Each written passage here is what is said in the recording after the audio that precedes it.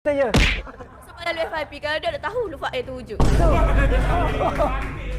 Hei. At least FIP lah.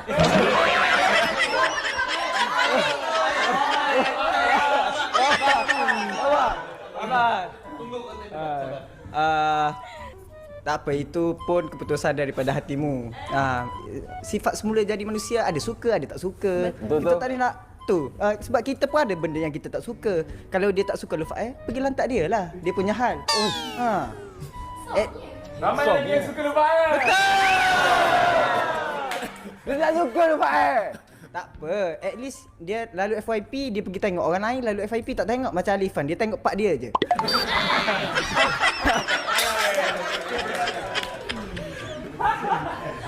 Lufa A tak FYP kat kita. Okey, so Lufa A. Sebab dia tak payah bagi tahu lah. Sebab macam kita tahu, kita geng-geng haters Lufa A ni, kita tahu sebab Lufa A kenapa kita tak suka. Betul? Dua-dua ni boring lah. Tapi awak you okey je. Abe pun pernah buat kesilapan. Kesilapan Abe ambil Irfan. Aku sokong lem tadi, aku sokong lem. Atas, balik.